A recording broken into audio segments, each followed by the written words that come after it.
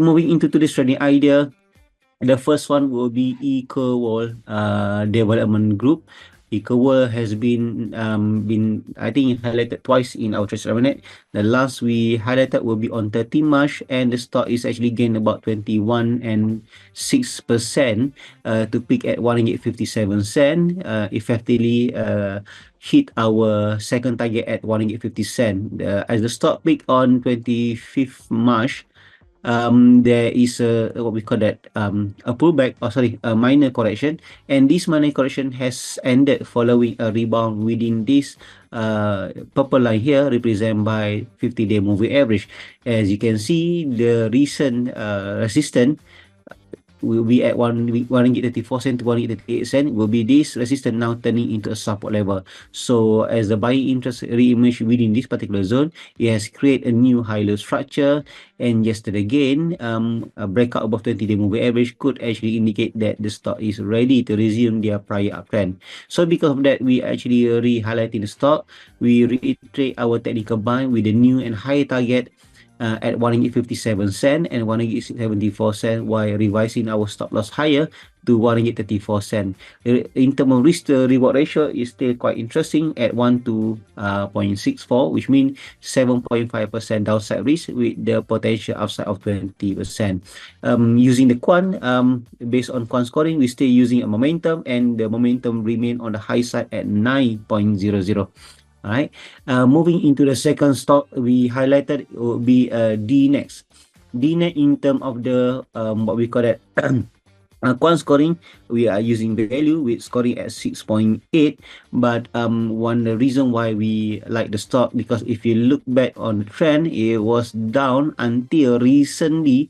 We've seen a solid breakout move above the Ichimoku cloud, particularly on the 12th April. So we see a new high-low structure.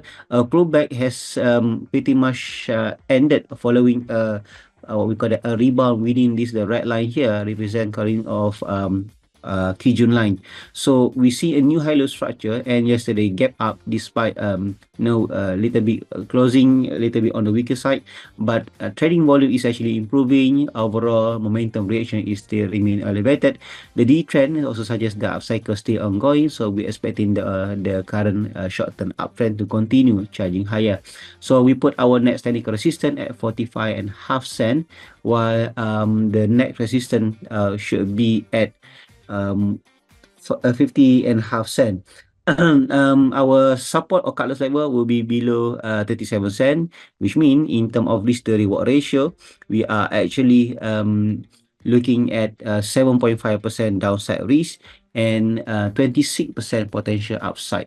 All right, moving to the last stock will be Top Glove. Okay, Top Glove, the one reason why we like Top Glove, I think for the past few months, the stock has been in consolidation within this pattern we call a falling wedge pattern. It can be a triangle, but I saw it more like for falling wedge. You can also draw another downtrend channel, but what I like it because the stock is apparently unable to break beyond the current support level, which sit within 61.5 Fibonacci and 72% AWG line. So this actually providing number of support. If you look on the volume profile, it was thick, so that means there's plenty of the reaccumulation occur within this particular zone. And then yesterday again, a solid breakout move above the falling wedge pattern or the downtrend channel pattern on the back of high trading volume. And if you look on the what we call that DMI indicator, spike in the plus DI followed by uptick in ADX line, suggesting the new uptrend set to continue.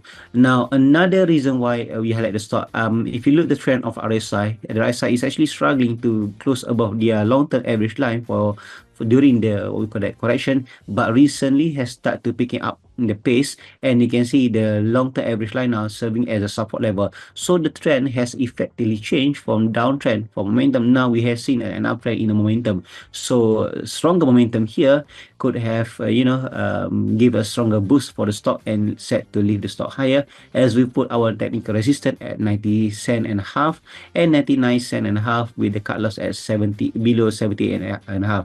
So risk to reward ratio also attractive at collects 7% downside risk and 17% upside potential. For quant, we are using momentum, but momentum still quite still on the infancy level. We just begin at 2.25.